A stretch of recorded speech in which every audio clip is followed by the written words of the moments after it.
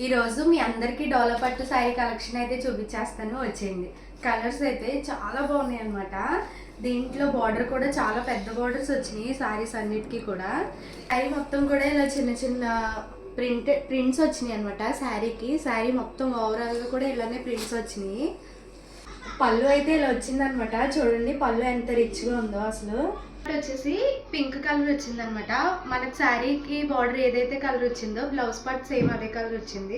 దానిలోనే ఇంకొక కలర్ వచ్చేసి గ్రీన్ కలర్ అనమాట.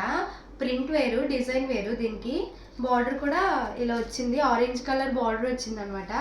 గ్రీన్ కలర్ ఏమో మొత్తం శారీ పార్ట్ వచ్చింది. పైన ఏంటంటే ఫ్లవర్స్ తో వచ్చింది శారీ మొత్తం ప్రింట్. పళ్ళు పార్ట్ వచ్చేసి ఇలా వచ్చింది అనమాట.